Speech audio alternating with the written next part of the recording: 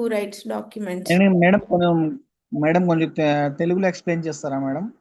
కొద్దిగా తెలుగు. ఎవరండి? అబ్దుల్? అవునండి మేడం. ఓకే. తెలుగులో కొంచెం ఎక్స్ప్లెయిన్ చేస్తారా? అంటే ఇప్పుడు టాపిక్. ఓకే. అంటే ఓకే ఫైన్, తెలుగులో కూడా నేను టచ్ చేస్తాను, నో ప్రాబ్లం. మీకు ఏది అర్థం కాకపోయినా అడగండి ఎప్పుడైనా కూడా. Okay okay madam. Okay. So document writer roles ఏంటి అని మనం చూసినప్పుడు రఫ్గా, a train professional who prepares legal papers for property transactions, sale deeds, gift deeds, agreements, affidavits, etcetera, ensuring they are correct, complete and accepted at the SRO for registration. జనరల్గా okay మనకు అందరికి తెలిసిన definition ఇది.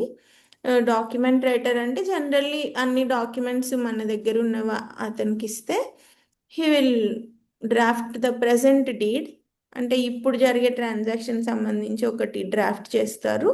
తర్వాత registration process మొత్తం complete చేస్తారు. అంటే SRO okay దగ్గర రిజిస్ట్రేషన్కి అది ఫిట్గా ఉండేటట్లుగా ఎన్షూర్ చేస్తారు. Okay so what do you do everyday అన్నప్పుడు మీరు డీడ్స్ డ్రాఫ్ట్ చేస్తారు. ఒక డాక్యుమెంట్ రైటర్ అనే వాళ్ళు they will draft deeds and agreements, they will verify the property records and EC, అంటే ఎన్కంబరెన్స్ సర్టిఫికేట్, ప్రాపర్టీ రికార్డ్స్ సరిగ్గా ఉన్నాయా లేదా అనేది వెరిఫై చేస్తారు. స్టాంప్ డ్యూటీ ఓకే క్యాల్కులేట్ చేస్తారు. తర్వాత రిజిస్ట్రేషన్ ప్రాసెస్లో కోఆర్డినేట్ చేస్తారు మొత్తం క్లయింట్కి ఎస్ఆర్ఓకి మధ్యలో. మీరు డైరెక్ట్గా వెళ్ళి సబ్ రిజిస్ట్రార్తో కలిసి రిజిస్ట్రేషన్ చేసుకోరు కదా. సో ఈయన ఒక అవును. బ్రిడ్జ్ లాగా యాక్ట్ చేసి మిమ్మల్ని తర్వాత ఎస్ఆర్ఓకి మధ్యలో మొత్తం ప్రాసెస్ అంతా కోఆర్డినేట్ చేస్తారన్నమాట. తర్వాత ఓకే మ్యూటేషన్స్, ట్రాన్స్ఫర్స్ ఇవన్నీ హ్యాండిల్ చేస్తారు. అఫిడవిట్స్, బాండ్ ఇలాంటివి కూడా ప్రిపేర్ చేస్తారు. అంటే ఓన్లీ ప్రిపరేషన్ వరకే. ఓకే తర్వాత కీ బౌండరీస్, అంటే డాక్యుమెంట్ రైటర్స్ ఏమేం చెయ్యరు ఏమేం చేయలేరు అనేది చూస్తే మనము, డాక్యుమెంట్ రైటర్ అనేవాళ్ళు అడ్వకేట్ కాదు. అంటే అడ్వకేట్ డాక్యుమెంట్ రైటర్ అంటే అది వేరే విషయం. ఓకే ఓన్లీ డాక్యుమెంట్ రైటర్ అనేవాళ్ళు he is not an advocate. So advocate చేసే పనులలోకి వెంచర్ చేయకూడదు. అంటే ఓకే మన బౌండరీ ఏంటనేది మనం చూసుకోవాలి. మనకి అడ్వకేట్ హెల్ప్ అయితే we should refer to an advocate. అంతేగాని అడ్వకేట్ చేసే పని కూడా మనం చేస్తే ఫ్యూచర్లో ఏదైనా ప్రాబ్లం వస్తే ఇబ్బంది పడతాం. Okay okay madam. అండ్ ఇక్కడ మనకి ఏపీలో డాక్యుమెంట్ రైటర్కి లైసెన్స్ అవసరం లేదు. లైసెన్స్ రిక్వైర్మెంట్ అనేది గవర్నమెంట్ తీసేశారు. Okay so document writer without license anybody can start this profession అన్నమాట. ఒక ప్రాపర్ ఓకే లైసెన్స్ కానీ పర్మిషన్ కానీ ఏమీ అవసరం లేదు. Okay so document writing professional వాళ్ళు హీఈస్ సార్ నాట్ నోటరీ. గారు కొంచెం సపోర్ట్ చేస్తారా మేడం? ప్రొఫె ఆ, ఈ- హలో మేడం. చెప్పండి. చెప్పండి. ఎస్ఆర్ఓ గారు సపోర్ట్ చేస్తారా మేడం? ఇట్లా ప్రొఫెషనల్ గా డాక్యుమెంట్ రైటింగ్ మనం చేస్తే మ్మ్. ఎస్ఆర్ఓ గారు సపోర్ట్ చేస్తారా మేడం? అంటే డెఫినెట్లీ ఎస్ఆర్ఓ గారు సపోర్ట్ చేసేది ఏమి ఉండదండి. మీరు ఆ, కరెక్ట్గా ప్రాసెస్ అంతా కంప్లీట్ చేసుకొని డాక్యుమెంట్ ప్రెజెంట్ చేశారనుకోండి, ఆయన ఆ, రిజిస్టర్ చేయడం. ఓకే ఆయన రిజిస్టర్ చేసేటప్పుడు మీరు స్టాంప్ డ్యూటీ కట్టారా లేదా, మీరు ఉమ్, చెప్తున్న డీడే అక్కడ రాశారా లేదా, ఆ డీడ్ ఓకే లీగల్గా కరెక్ట్ ఉందా లేదా, ఈ మూడు విషయాలు చెక్ చేసుకుంటారు. ఓకే అయితే చేసేస్తారు. Okay okay madam. అంతకు మించి మిమ్మల్ని ఆయన సపోర్ట్ చేసేదంటూ ఏముండదు, మీరు ఆయన్ని సపోర్ట్ చేసేది కూడా ఏముండదు. Okay okay so document writer is not a notary. Notary అనేది ఎవరు చేస్తారు? ఆల్రెడీ అడ్వకేట్ అయి ఉండి అడిషనల్గా నోటరీ, ఏమంటారు, నోటరీగా రిజిస్టర్ అయిన వాళ్ళే నోటరీ చేయగలరు. అవును. అలాగే document writer is not a stamp vendor. Stamp వెండర్కి కూడా లైసెన్స్ కావాలి. సో లైసెన్స్డ్ స్టాంప్ వెండర్ మాత్రమే స్టాంప్స్ అమ్మాలి. ఓకే సో ప్రతి డాక్యుమెంట్ రైటరు నోటరీ కానక్కర్లేదు, అడ్వకేట్ కానక్కర్లేదు, స్టాంప్ వెండర్ కానక్కర్లేదు. ఉమ్, సో మీరేం చేస్తారు, డాక్యుమెంట్ రైటర్స్ ఏం చేస్తారు అంటే వెరిఫై ఫ్యాక్ట్స్, అంటే ఫ్యాక్ట్స్ వెరిఫై చేస్తారు. అడ్వకేట్స్ అనే వాళ్ళు లాని ఇంటర్ప్రిట్ చేస్తారు. ఓకే. మన డ్యూటీ, మన పరిధి ఏంటి డాక్యుమెంట్ రైటర్గా అంటే మనము ప్రాపర్టీకి సంబంధించిన అన్ని రికార్డ్స్ కరెక్ట్ ఉన్నాయా లేదా అని వెరిఫై చేయడం మన పని. ఓకే. ఏ ట్రాన్సాక్షన్స్కి ఏ డీడ్ అంటే గిఫ్టా, సెటిల్మెంటా, లేకపోతే ఏమంటారు, గిఫ్ట్, సెటిల్మెంట్, విల్లు, అటార్నీ, ఇలాంటి వాటిల్లో ఏ డాక్యుమెంట్ రాసుకుంటే ఈ సిచ్యువేషన్కి బాగుంటుంది అనేంత వరకు మనకి నాలెడ్జ్ ఉంటే సరిపోతుంది. Okay madam. సో మీరు ఈసీ ఎంట్రీస్ చూడడం ఎలాగా, మార్కెట్ వాల్యూ క్యాల్కులేషన్ ఎలా చేయాలి, ఇలాంటివన్నీ నేర్చుకోవాలన్నమాట. అండ్ ప్రాపర్టీ డాక్యుమెంట్స్ వెరిఫికేషన్ అన్నప్పుడు ప్రాపర్టీ డాక్యుమెంట్స్లో ఉన్న టెక్స్ట్ చదవడం, అంటే అక్కడ తెలుగు ఇదంతా ఉంటుంది, కొన్ని డిఫికల్ట్ వర్డ్స్ ఉంటాయి.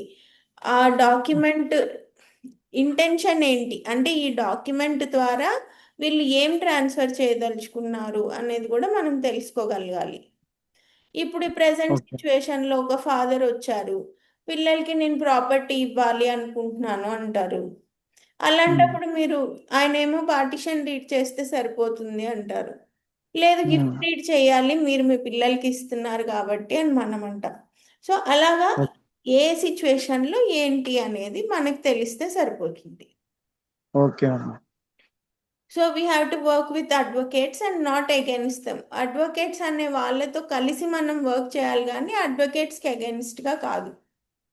అంటే అలా ఎవరు వర్క్ చేయరు అనుకోండి, ఏమంటే మనం అడ్వకేట్ చేసే వర్క్ కూడా మనమే చెయ్యాలని చూడకూడదు అనమాట. ఒక లీగల్ ఒపీనియన్ ఉంది అనుకోండి, ఒక అడ్వకేట్ ఆథరైజ్డ్ పర్సన్ అది ఇవ్వడానికి. సో ఒక డాక్యుమెంట్ రైటర్గా మనం అది ఇవ్వలేం, ఇచ్చినా కూడా ఓకే. దానికి అథెంటిసిటీ ఉండదు. అలాగే యాక్యురసీ, మీరు ఎప్పుడు కూడా యాక్యురసీ అనే దాని మీద బాగా దృష్టి పెట్టాలంటే మీరు రాసే సేల్ డీడ్ అయినా కూడా, ఎంత సింపుల్ డీడ్ అయినా కూడా ఏ మిస్టేక్స్ ఉండకూడదు అనేది మన ప్రైమరీ ఆబ్జెక్టివ్ అన్నమాట. ఎందుకంటే డీడ్స్ అనేవి చాలా రోజులు ఉండేవి, రికార్డ్స్లో పర్మనెంట్గా ఉండిపోయేవి ఇవి. సో దాంట్లో మనం చిన్న స్పెల్లింగ్ మిస్టేక్ కూడా రాయడానికి అఫోర్డ్ చేయలేం. సో మన దృష్టి ఎప్పుడు యాక్యురసీ ఇంప్రూవ్ చేసుకోవడం మీద ఉండాలి. Okay madam. సో ఫస్ట్ మనం ప్రాపర్టీ క్లాసిఫికేషన్ గురించి చూద్దాం, అంటే ప్రాపర్టీ ఎన్ని రకాలు ఉంటుంది అనేది. సో మనం బేసిక్గా మనం చూసుకుంటే బ్రాడ్గా 3 రకాలుగా మనం డివైడ్ చేసుకోవచ్చు. Agriculture, non agricultural, government properties 3. Agricultural land అంటే వ్యవసాయ భూమి. వ్యవసాయ భూమికి సంబంధించిన రికార్డ్స్ ఒకలా ఉంటాయి. నాన్ అగ్రికల్చరల్ ల్యాండ్ అన్నప్పుడు అది వ్యవసాయేతర భూమి, దానికి వేరేగా ఉంటాయి రికార్డ్స్ అనేవి. గవర్నమెంట్ ల్యాండ్ లేదా రెస్ట్రిక్టర్ నిషేధిత భూములు అన్నప్పుడు వాటికి సంబంధించిన డాక్యుమెంట్స్ కానీ వాటికి సంబంధించిన రికార్డ్స్ కానీ వేరే ఉంటాయి. ఈ 3 బేసిక్గా మనము తెలుసుకోవాల్సిన విషయాలు. Okay. If you see agricultural land, the records will be Adangal, Pahani, Pattadar passbook, మీ భూమి వెరిఫికేషన్ కోసం we need to go to Mee Bhoomi portal. And దాంట్లో ఏం రకాలు ఉంటాయి, వెట్ అండ్ డ్రై ల్యాండ్స్ ఉంటాయి, ఇరిగబుల్, నాన్ ఇరిగబుల్ ల్యాండ్స్ అన్ని ఉంటాయి అన్నమాట. ఇది జ్యూరిస్డిక్షన్ ఎవరికి ఉంటుంది అంటే తహసీల్దార్ గారికి ఉంటుంది, ఎంఆర్ఓ లేదా తహసీల్దార్ గారికి. ఈ సంబంధించిన అగ్రికల్చరల్ ల్యాండ్స్కి సంబంధించి ఏ డిస్ప్యూట్ ఉన్నా కూడా ప్రాపర్ పర్సన్ ఎవరు అంటే తహసీల్దార్, ఆ తర్వాత కలెక్టర్ గారు. Okay. So conversion is needed for non agri use. ఒకవేళ మనం వ్యవసాయ భూమిని వ్యవసాయేతర పనులకు మనం వాడుకోవాలి అంటే కన్వర్షన్ అని జనరల్గా నాలా కన్వర్షన్ అంటుంటారు. అంటే ఏం లేదు, నాన్ అగ్రికల్చరల్ ల్యాండ్ కన్వర్షన్ అంటే అగ్రికల్చరల్ ల్యాండ్ని నాన్ అగ్రికల్చర్గా మార్చుకోవడానికి మనం కొంత చలాన్ కట్టేసి దాన్ని మార్చుకుంటాం అన్నమాట. అంటే మనం ఇంకా దాన్ని వ్యవసాయానికి వాడట్లేదు, అక్కడ ఫ్లాట్లు వేస్తాము, లేదా కమర్షియల్గా ఏదైనా ఫ్యాక్టరీస్కి అట్లా ఇవ్వడమా, పెట్రోల్ బంక్స్కి అలా లీజ్కి ఇవ్వడమా, ఇలాంటివి ఏదైనా చేస్తుంటాం కదా. అప్పుడు అగ్రికల్చర్ ల్యాండ్ని నాన్ అగ్రికల్చర్ కన్వర్ట్ చేయాలి మనం. డైరెక్ట్గా ఓకే. అగ్రికల్చర్ ల్యాండ్ని అలాంటి పర్పసెస్కి మనము వాడకూడదు. So that's the thing. So దీంట్లో ఏంటి, ఒక ఎగ్జాంపుల్ చూస్తే my father has 2 acres of wet land in Kurnool rural. Kurnool rural అన్నప్పుడు మనకి అగ్రికల్చరల్ ల్యాండ్స్ ఉండే ఏరియా వస్తుంది అనమాట. కర్నూలు అర్బన్ అన్నప్పుడు హౌసింగ్స్ ఇవన్నీ ఉంటాయి. అవును. ఈ రెండు ఏరియాస్కి ఏమంటారు, ఈ మార్కెట్ వాల్యూస్లో చాలా డిఫరెన్స్ ఉంటుందన్నమాట. ఓకే. సో ఫర్ ఎగ్జాంపుల్ చూసామంటే ఒక అతనికి 2 ఎకరాల భూమి ఉంది, వెట్ ల్యాండ్, కర్నూలు రూరల్లో, సర్వే నంబర్ 45. సో ఆయన దాన్ని అమ్మాలనుకుంటున్నారు. సో అది అగ్రికల్చరల్ ల్యాండ్ కదా, వెట్ ల్యాండ్ అని చెప్తున్నారు, 2 acres అంటున్నారు. సో మీరు దేంట్లో చెక్ చేస్తారు రికార్డ్స్ కోసము? పహానీ అనేది మీ భూమి పోర్టల్లో చెక్ చేస్తారు. అంటే ఓకే. ఈ పర్సన్ పేరు మీదే ఈ భూమి ఉందా, ఈ 45 సర్వే నంబర్లో 2 ఎకరాల భూమి ఈ పర్సన్ పేరు మీద ఉందా లేదా రికార్డ్స్లో అనేది మీరు మీ భూమి పోర్టల్లో చెక్ చేస్తారు. ఎందుకంటే అది అగ్రికల్చరల్ ల్యాండ్ కాబట్టి. Okay. So if you see non agricultural అంటే జనరల్గా it includes residential and commercial. Residential ఇల్లులు, ఫ్లాట్స్, ఓపెన్ ప్లాట్స్ అన్నీ ఉంటాయి. తర్వాత కమర్షియల్ అన్నప్పుడు మీకు షాప్స్, ఆఫీసెస్, కాంప్లెక్సెస్, గోడౌన్స్ ఇలాంటివి ఉంటాయి. ఓకే. వీటికి మన ఏం ప్రైమరీగా మన డాక్యుమెంట్ రికార్డ్స్ చెక్ చేయాలంటే ఈసీ అనేది చెక్ చేయాలి. ఇక్కడ ఎస్ఆర్ఓ ఆఫీస్కి సంబంధించిన డాక్యుమెంట్ అది. సో దీంట్లో ఓకే. మున్సిపల్ లేదా కార్పొరేషన్ రికార్డ్స్లో మనం చెక్ చేసుకుంటాం. తర్వాత దీనికి సంబంధించిన డాక్యుమెంట్స్ వచ్చి మనకి building plan, property tax records, RERA registration అంటే అపార్ట్మెంట్స్ అయితే ఇలాంటి రికార్డ్స్ మనకి ఏమంటారు, మనము వెరిఫై చేస్తాం if it is non agricultural land. For example if a person called if a person want to sell no if a person want to buy 2 BHK flat in Sairam Colony, Karnool, ఈ ప్లేస్లో ఈ person ఒక 2 BHK flat అంటే అపార్ట్మెంట్లో flat కొనాలి అనుకుంటున్నారు. So flat okay. అన్నప్పుడు మనం ఆటోమేటిక్గా అది నాన్ అగ్రికల్చరల్ అని తెలిసిపోతుంది.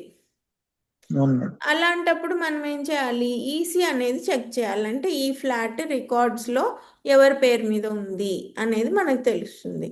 ఇంతకుముందు ఏమన్నా రిజిస్టర్ అయింటే అది ఎవరి పేరు మీద అయింది అనేది మనం ఎస్ఆర్ఓ ఆఫీస్లో ఈసీ చెక్ చేస్తే తెలుస్తుంది.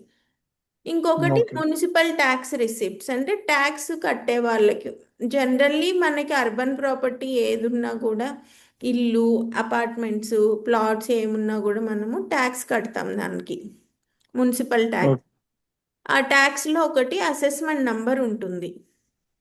ఆ అసెస్మెంట్ నంబర్ని మనం టైప్ చేసుకుంటే దీంట్లో గవర్నమెంట్ పోర్టల్లో దాంట్లో మనకు ఈ అసెస్మెంట్ నంబర్కి సంబంధించిన ప్రాపర్టీ, తర్వాత దాంట్లో ఎంత ట్యాక్స్ కడుతున్నారు, ఆ ప్రాపర్టీ అడ్రస్తో సహా మనకి వస్తుంది. సో నాన్ అగ్రికల్చరల్ రిలేటెడ్ ల్యాండ్కి మనము డాక్యుమెంట్స్ వెరిఫై చేయాలంటే ఇది ప్రాసెస్. అదేవిధంగా మనము గవర్నమెంట్ ఆర్ రెస్ట్రిక్టెడ్ ప్రాపర్టీస్ చూసామంటే సెక్షన్ 22A ప్రొహిబిటెడ్ లిస్ట్ అని ఉంటుందన్నమాట. ఈ prohibited list it is maintained at the SRO office in there website. So అది ఏపీఐజిఆర్ఎస్ అనే ఒక వెబ్సైట్ ఉంటుంది. Inspector general of registration and stamps అనే ఒక డిపార్ట్మెంట్ వాళ్ళు ఈ వెబ్సైట్ రన్ చేస్తారు. దీంట్లో మనం ఈసీ చెక్ చేసుకోవచ్చు, మార్కెట్ వాల్యూ క్యాలిక్యులేట్ చేసుకోవచ్చు. ఇక్కడ టెంప్లెట్ డాక్యుమెంట్స్ ఉన్నాయి, స్టాంప్ డ్యూటీ దేనికి ఎంత కట్టాలి అనే ఇన్ఫర్మేషన్ ఉంటుంది. ఇంకా రకరకాల మనం డాక్యుమెంట్ రిజిస్ట్రేషన్ కోసం పీడీస్ జనరేట్ చేసుకోవచ్చు. తర్వాత ఎస్ఆర్ఓ ఆఫీస్లో మనం ఎప్పుడైనా రిజిస్ట్రేషన్ చేసుకోవాలంటే స్లాట్ బుక్ చేసుకోవచ్చు. సో ఏ డాక్యుమెంటేషన్కి సంబంధించిన రిజిస్ట్రేషన్ అనే దానికి ఈ ఏపీఐజిఆర్ఎస్ అనే వెబ్సైట్ మనకి చాలా ఇంపార్టెంట్. అంటే ప్రతి పని దాని ద్వారానే అవుతుంది, ఓకే అలా మేడం. కాకుండా అదర్వైజ్ అవ్వదు అనమాట ఇక్కడ. ఇంకొకటి ఏంటంటే మనం డైరెక్ట్ ఎస్ఆర్ఓ ఆఫీస్కి వెళ్ళడం, అక్కడ ఎలాంటి మనం ఈసీ మార్కెట్ వాల్యూ డైరెక్ట్గా మనం వాకింగ్ చేసి తీసుకోవచ్చు without the help of IGRS website. But once మీరు రిజిస్ట్రేషన్ చేయాలనుకున్నారనుకోండి, ఖచ్చితంగా వెబ్సైట్లో నుంచే మనం వెళ్ళి మనం స్లాట్ బుక్ చేసుకోవాల్సిన అవసరం ఉంటుంది. సో ఈ వెబ్సైట్తో మనం బాగా ఫెమిలియారిటీ తెచ్చుకోవాలి. ఓకే. సో గవర్నమెంట్ లేదా రెస్ట్రిక్టెడ్ ల్యాండ్స్ అని చూసినప్పుడు ఈ 22A అంటే రిజిస్ట్రేషన్ యాక్ట్లో సెక్షన్ 22A ప్రకారం గవర్నమెంట్ ఏ ల్యాండ్స్ అయితే వాటిపైన ట్రాన్సాక్షన్స్ ఉండకూడదు అని నోటిఫై చేస్తుందో ఆ ల్యాండ్స్ని 22A ల్యాండ్స్ అంటాం. జనరల్గా ఇవి గవర్నమెంట్ ల్యాండ్స్ అయి ఉంటాయి, అంటే గవర్నమెంట్ కింద ఉన్నవి. వక్ఫ్ బోర్డ్ ప్రాపర్టీస్, తర్వాత దేవాదాయ ధర్మాదాయ శాఖ వాళ్ళవి ఎండోమెంట్ అండ్ టెంపుల్ ల్యాండ్స్, తర్వాత సీలింగ్లో సర్ప్లస్ ల్యాండ్స్ అంటే 15 ఎకరాల కన్నా ఎక్కువ భూమి ఉన్న వాళ్ళకి గవర్నమెంట్ ల్యాండ్ సీలింగ్ యాక్ట్ ప్రకారం కొంత ల్యాండ్ తగ్గిస్తుంది అనమాట. ఓకే సీలింగ్ సర్ప్లస్ ల్యాండ్, తర్వాత ఫారెస్ట్ ల్యాండ్, ఇవన్నీ కూడా రిజిస్ట్రేషన్ చేసుకోవడం కుదరదు. ఈ లిస్ట్లో ఈ 22A ప్రొహిబిటెడ్ లిస్ట్లో along with survey number, extent and the reason for including in the list అవన్నీ ఉంటాయి అక్కడ. సో మనం ఆ లిస్ట్ కంపల్సరీ ఏ ప్రాపర్టీకైనా వెరిఫై చేసుకోవాలి ఫస్ట్.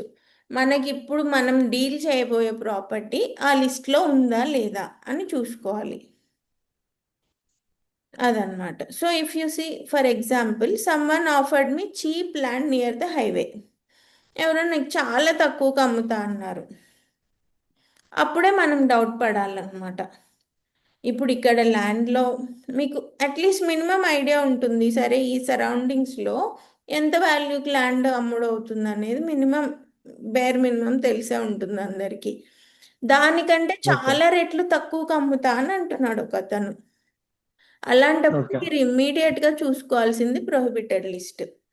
ఖచ్చితంగా ల్యాండ్ అందులో ఉంది కాబట్టి అది లిటిగేషన్ ప్రాపర్టీ అవుతుంది కాబట్టి అలా ఇచ్చేస్తానని అంటున్నారు అనమాట. సో ఇలాంటి ఫ్రాడ్స్ నుంచి సేవ్ కావాలన్నా, మీ క్లయింట్స్ని సేవ్ చేయాలన్నా కూడా మీరు ఈ ప్రొహిబిటెడ్ లిస్ట్ అనే దానిపైన మంచి అవగాహన అనేది తెచ్చుకోవాలి. Okay so the other 2 participants, మీకు ఇంగ్లీష్ ఓకేనా, మీకు కూడా తెలుగు బెటరా, లేకపోతే బైలింగ్వల్ ఇంగ్లీష్ తెలుగు మిక్స్డ్ చెప్పమంటారా? Okay Telugu okay madam. Okay fine.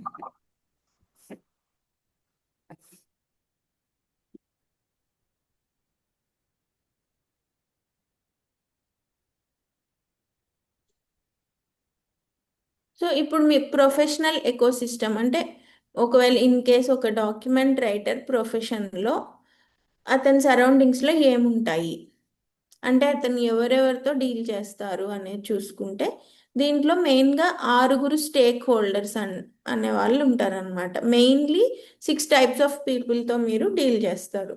వాళ్ళు ఎవరెవరు అంటే first sub registrar officer and the staff.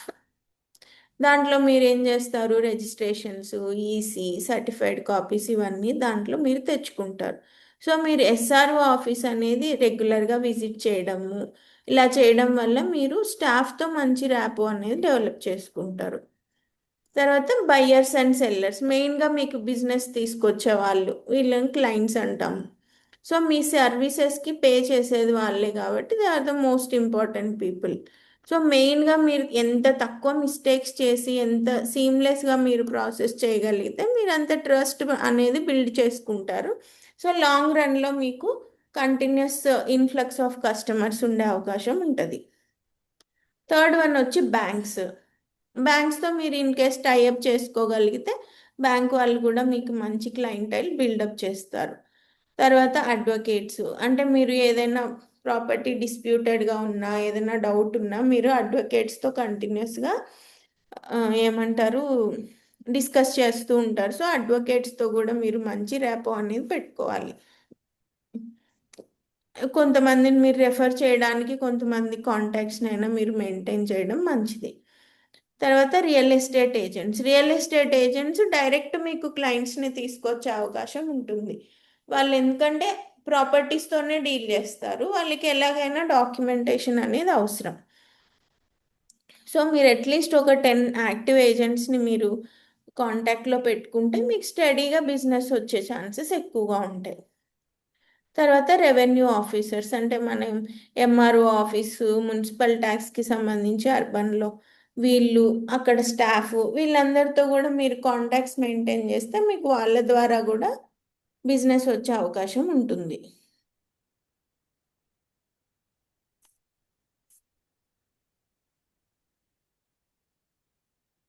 So first మనం మాట్లాడుకున్నట్లు మీరు 100+ సర్వీసెస్ 100+ వేస్ టు ఎర్న్ అంటే 100 పైగా రకాలుగా మీరు ఏమంటారు ఇన్కమ్ తెచ్చుకునే అవకాశం ఉంటుంది ఈ కోర్స్ నేర్చుకోవడం వల్ల.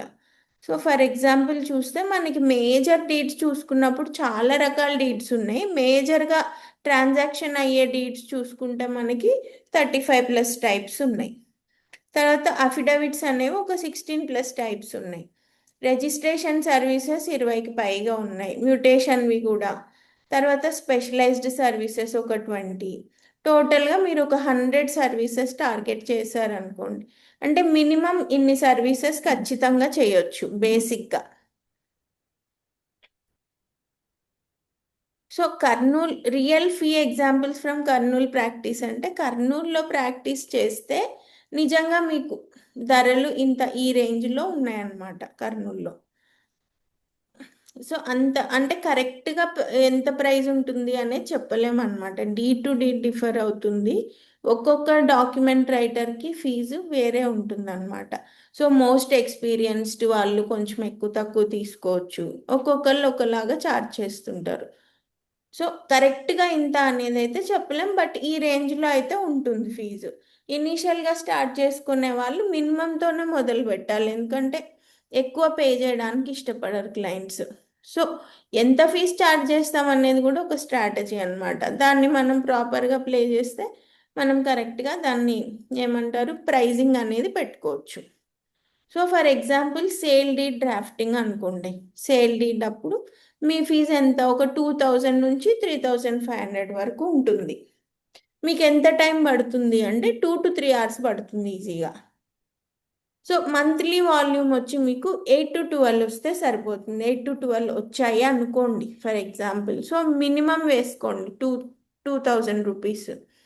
సో మంత్లీ మీకు 8 వచ్చాయనుకోండి, 16,000 రూపీస్ మీరు సేల్ డీడ్ పైన మంత్లీ ఇన్కమ్ తెచ్చుకోవచ్చు. సో అలాగే సిమిలర్ టైప్స్లో మీరు డిఫరెంట్ కైండ్స్ ఆఫ్ ఈ డాక్యుమెంటేషన్ చేసినప్పుడు మీరు మినిమం ఇంత మంత్లీ వాల్యూమ్ మీకు వచ్చింది అంటే అట్లీస్ట్ మీరు మంత్లీ 45,000 మినిమం మీరు సంపాదించే అవకాశం ఉంటుంది.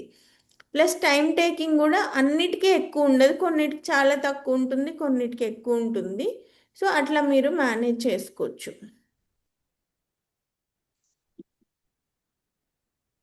సో మీరు రెవెన్యూ ట్రాజెక్టరీ అంటే మీ ఫస్ట్ ఇయర్లో ఎంత రెవెన్యూ ఎక్స్పెక్ట్ చేయొచ్చు అనేది చూస్తే ఫస్ట్ మంత్లో మీరు 12,000 దాకా ఎక్స్పెక్ట్ చేయొచ్చు.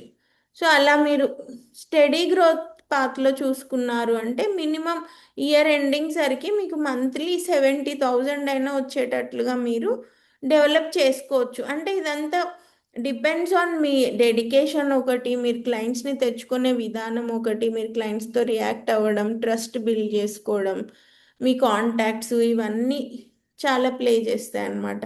ఖచ్చితంగా అందరికి ఇదే జరుగుతుంది అని అయితే చెప్పలేము, బట్ ఏంటంటే ఖచ్చితంగా చేసుకుంటే దీంట్లో పొటెన్షియల్ ఉంది అనేది మాత్రం చెప్పొచ్చు. సో మీరు గవర్నమెంట్ జాబ్ చూసుకున్నారు అంటే 10 lakhs పైగా అప్లై చేస్తారు, 1000 పోస్ట్లే ఉండొచ్చు. ప్రైవేట్ జాబ్లో కూడా లో పే ఉంటుంది, జాబ్ సెక్యూరిటీ ఉండదు. ఓన్ బిజినెస్ అన్నప్పుడు మీకు ల్యాక్స్ ఆఫ్ క్యాపిటల్ కావాలి. అదే ఈ బిజినెస్ అనుకోండి, మీకు 1.5 lakhలో జస్ట్ చిన్న ఆఫీస్ సెటప్ చేసుకుంటే చాలు, లేదా వర్క్ ఫ్రమ్ హోమ్ కూడా పెట్టుకోవచ్చు. మీకు కావాల్సింది ఓన్లీ క్లయింట్స్ అంతే. మీ ఇంట్లో చిన్న డెస్క్టాప్ పెట్టుకొని కూడా చేసుకోవచ్చు, ఏమంటే ఎస్ఆర్ఓ ఆఫీస్కి ఒకటి మీరు ట్రావెల్ చేయాల్సి ఉంటుంది అంతే.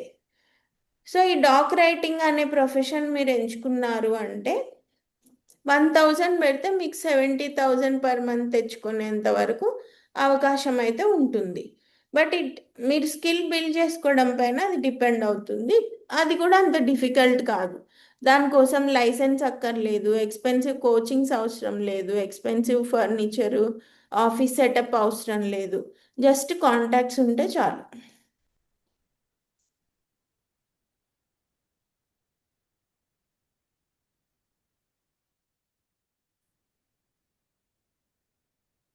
సో ఇక్కడ చూసామంటే 4 కెరియర్ పాత్వేస్ ఆఫ్టర్ సర్టిఫికేషన్. మీది సర్టిఫికేషన్ కోర్స్ అయిపోయింది అనుకోండి. సో 4 టైప్స్ ఆఫ్ మీరు కెరియర్స్ చూస్ చేసుకోవచ్చు. ఫస్ట్ రికమెండ్ చేసేది ఏంటి అంటే ల్యాండ్మార్క్ ఫ్రాంచైజీ. అంటే మేము ఇప్పుడు ల్యాండ్మార్క్ కన్వెన్సింగ్ అండ్ లీగల్ అనే మేము ఒక ఏమంటారు ఒక ఫర్మ్ ద్వారా మీకు ఈ కోచింగ్ ప్రొవైడ్ చేస్తున్నాం కదా. సో మేము ఒక వెబ్సైట్ బిల్డ్ చేసాం. And we have been working in this field, AI ఇంకా టెక్నాలజీ, ఈ ఫీల్డ్లో మేము చాలా ఏళ్ళ నుంచి వర్క్ చేస్తున్నాం. టెక్నాలజీని యూజ్ చేసుకొని లీగల్ కానీ డ్రాఫ్టింగ్ కానీ ఏవైనా కూడా టాప్ నాచ్లో మనం సర్వీసెస్ ప్రొవైడ్ చేయొచ్చు అని మేము ఫీల్ అవుతున్నాం. సో దానికి సంబంధించి మేము ఆటోమేటెడ్ డాక్యుమెంటేషను, తర్వాత డాక్యుమెంట్లో ఏం మిస్టేక్స్ పోకుండా డ్రాఫ్ట్ చేయడం, కాంప్లికేటెడ్ డాక్యుమెంట్స్ని కూడా ఈజీగా డ్రాఫ్ట్ చేయడం, తర్వాత ఏమంటారు పార్టీ నేమ్స్ కానీ ఆధారు వీటితోటి కంపేర్ చేసి వాళ్ళ నేమ్స్ ఎక్కడ కూడా ఇన్కన్సిస్టెంట్ లేకుండా, ఫర్ ఎగ్జాంపుల్ ఒకే పర్సన్ నేము ఒకే డాక్యుమెంట్లో 4 చోట్ల 4 రకాలుగా రాస్తారు మాన్యువల్ అయితే. అదే మనం టెక్నాలజీని యూజ్ చేసుకుంటే ఆ డాక్యుమెంట్లో కన్సిస్టెన్సీ అనేది తీసుకురావచ్చు. తర్వాత ఈ క్యాల్కులేషన్స్ కానీ, తర్వాత ఎక్స్టెంట్స్, పెద్ద పెద్ద ల్యాండ్స్ ఉన్నప్పుడు, డివిజన్స్ చేసినప్పుడు, ఇలా ఎంత కాంప్లికేటెడ్ డాక్యుమెంట్ అయినా కూడా మీకు చాలా సింపుల్గా మా వెబ్సైట్ ద్వారా మీరు డ్రాఫ్ట్ చేసుకోవచ్చు అనమాట. సో దీనివల్ల మీకు ఏంటి బెనిఫిట్ అన్నప్పుడు zero setup cost, brand value అనేది ఉంటుంది, మీకు ఫ్రీగా టెంప్లెట్స్ ప్రొవైడ్ చేస్తాము. తర్వాత డాక్యుమెంట్ రివ్యూ అనేది ఒక సర్వీస్ ఉంటుంది. అంటే మీరు ఆటోమేటెడ్ డాక్యుమెంట్ జనరేట్ చేసుకున్నా కూడా మీకు ఇంకా డౌట్ ఉంది కరెక్ట్ ఉందా లేదా అని, సో మేమే మా ఫర్మ్ తరఫున మీకు రివ్యూ అనేది కూడా ప్రొవైడ్ చేస్తాం, రెఫరల్స్ కూడా ప్రొవైడ్ చేస్తాం. సో మీరు వీక్ 1 అంటే ఫస్ట్ డే నుంచే మీరు ఎర్న్ చేసుకోవడానికి అవకాశం ఉంటుంది. ఫర్ ఎగ్జాంపుల్ ఇప్పుడు మీ క్లయింట్స్ ఉన్నా కూడా మీకు ఏంటంటే ఇన్ఎక్స్పీరియన్స్డ్ అవ్వడం వల్ల, అంటే ఎక్స్పీరియన్స్ లేకపోవడం వల్ల మిస్టేక్స్ చేస్తామేమో అని కొంచెం ఏమంటారు డౌట్ ఉండొచ్చు. అలా డౌట్ ఉన్నప్పుడు మేము మీకు హెల్పింగ్ హ్యాండ్గా ఉంటాం. సో మేము మీకు బ్యాక్గ్రౌండ్లో వర్క్ చేసి మీరు ప్రాపర్గా ఏమంటారు ఎక్స్పీరియన్స్డ్ ప్రొఫెషనల్ లాగా డాక్యుమెంటేషన్ చేసేటట్టు మేము హెల్ప్ చేస్తాం. But that is not free, అంటే ఇద్దరం ఈక్వల్గా షేర్ చేసుకోవచ్చు. జీరో కన్నా ఎంతో కొంత ఉండడం కొంచెం బెటర్. సో ఫర్ ఎగ్జాంపుల్ ఇప్పుడు చూసామంటే రవి అనే అతను బీటెక్ చేసి ఇక్కడ ఫ్రాంచైజీ అసోసియేట్గా జాయిన్ అయ్యాడు అనుకోండి.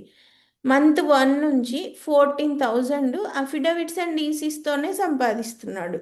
అంటే ఏంటంటే అఫిడవిట్స్ అన్నప్పుడు మీకు నోటరీ ఉండాలి. సో ఒక నోటరీతో టైఅప్ పెట్టుకొని ఎవరైనా ఇప్పుడు ఫర్ ఎగ్జాంపుల్ మ్యూటేషన్ చేసుకునే వాళ్ళు కంపల్సరీ ఒక అఫిడవిట్ పెడతారు, టైటిల్ ట్రాన్స్ఫర్ అని చెప్పి. ఆ టైటిల్ ట్రాన్స్ఫర్ అఫిడవిట్స్ తర్వాత వాళ్ళకి ఈసీ కూడా కావాలి. సో సర్టిఫైడ్ ఈసీ కావాలి ఎస్ఆర్ఓ నుంచి. ఆ ఈసీస్ అప్లై చేసి ఇవ్వడం, జస్ట్ ఈ సర్వీస్ ప్రొవైడ్ చేస్తూ he is earning 14,000 per month. So ఒక ఏమంటారు స్పెషలైజ్డ్ సర్వీస్ అయినా పెట్టుకోవచ్చు, అన్ని సర్వీసెస్ అయినా పెట్టుకోవచ్చు. అది ఒక ఎగ్జాంపుల్ అనమాట మీకు. అలాగే మీరు ఇండిపెండెంట్ ప్రాక్టీస్ పెట్టుకోవచ్చు. సో మీరు మంచిగా ఎక్స్పీరియన్స్ తెచ్చుకొని మీ బ్రాండ్ అనేది బిల్డ్ చేసుకోవచ్చు తర్వాత. సో మీ క్లయింట్స్ పైన మీ ప్రైసింగ్ పైన మీకు ఫుల్ కంట్రోల్ అనేది అయితే ఉంటుంది. Unlike the franchisee model. ఫ్రాంచైజీలో ఏంటంటే మీరు ఇంకొకరితో కలిసి అంటే మాతో కలిసి వర్క్ చేస్తారు, you will share some amount, fees అనేది షేర్ చేసుకుంటారు.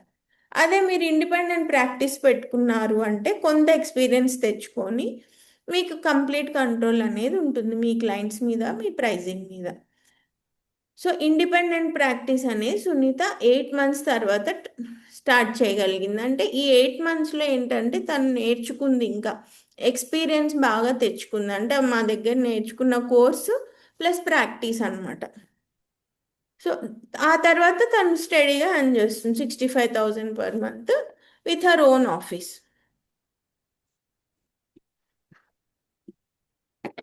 సో స్పెషలైజేషన్ ఒకటి. ఈ స్పెషలైజేషన్ అంటే bank and advocate liaison only అన్నమాట. అంటే ఏంటి, బ్యాంకులో మనము ప్రాపర్టీ పైన లోన్స్ తెచ్చుకుంటుంటాం. సో దాంట్లో మార్ట్గేజ్ డీడ్స్ చేస్తారు. తర్వాత సర్ఫైస్ యాక్ట్ అంటే బ్యాంక్ లోన్స్ తీసుకున్నప్పుడు డిఫాల్ట్ అయినప్పుడు జరిగేది. సర్ఫైస్ యాక్ట్ కింద మీకు ఏమంటారు, ఆ జప్తు ప్రాసెస్ ఇవన్నీ జరుగుతూ ఉంటాయి. సో ఈ లోన్స్ లేదా ఏమన్నా కొంచెం సెటిల్మెంట్ అన్నమాట, పార్టీకి బ్యాంకుకి మధ్యలో కొంచెం అమౌంట్ ఫోర్గో చేసుకొని సెటిల్ చేసుకోవడం ఇలాంటివి ఉంటాయి. ఈ యాక్ట్ కింద ప్రాక్టీస్ ఒకటి. లోన్ ఫైల్స్ క్లియర్ చేయించడం. తర్వాత స్టడీ ఇన్స్టిట్యూషనల్ వాల్యూమ్ అంటే ఈ బ్యాంక్ అనే ఇన్స్టిట్యూషన్ ద్వారా మీకు స్టడీగా ఇన్కమ్ అనేది వచ్చే అవకాశం ఉంటుంది. బట్ ఏంటి అంటే ఈ పర్టికులర్ ఫీల్డ్లో మీరు బాగా నాలెడ్జ్ అనేది డెవలప్ చేసుకోవాలి. ప్రొసీజరు, నాలెడ్జ్, క్లయింట్ బేస్, ఈ మూడు కనుక మీరు డెవలప్ చేసుకోగలిగితే ఈజీగా మీరు ఈ స్పెషలైజ్డ్ ఫీల్డ్లో మీరు ఇన్కమ్ సంపాదించుకునే అవకాశం ఉంటుంది. సో ప్రకాష్ అనే అతను ఎక్స్క్లూజివ్గా 3 బ్యాంకులు మాత్రమే పనిచేస్తారు. సో ఆయన మంత్కి ఎంతైనా 40 మార్ట్గేజ్ డీడ్స్ ఎట్లయినా బ్యాంకుకి వస్తుంటాయి లోన్ కోసం. 40 మార్ట్గేజ్ డీడ్స్ చేసుకుంటాడు. 40 డీడ్స్ అంటే ఒక్కో డీడ్కి 2000 అనుకున్నా కూడా మీకు ప్రీమియం ఇన్కమ్ వచ్చేస్తుంది దాదాపు. సో ఇది ఒక రకమైన ఏమంటారు కెరియర్ పాత్వే. ఇంకో ప్రీమియం నిష్ అని చూసినప్పుడు ఎన్ఆర్ఐ డాక్యుమెంట్ స్పెషలిస్ట్ అంటే ఎన్ఆర్ఐస్ ఉంటారు కదా, వాళ్ళంతా ఫారెన్లో సెటిల్ అయి ఉంటారు. వాళ్ళకి ఇండియాలో కూడా ప్రాపర్టీస్ ఉంటాయి. కొన్నిసార్లు ఏంటంటే వాళ్ళు అక్కడ సంపాదించిన అమౌంట్తో ఇండియాలో ప్రాపర్టీస్ కొనాలి అని ప్లాన్ చేస్తుంటారు. లేదు వాళ్ళ పేరెంట్స్ ఇక్కడ ఉంటారు కాబట్టి వాళ్ళ కోసం కొంటారు, లేదా ఇన్వెస్ట్మెంట్ లాగా కొంటారు.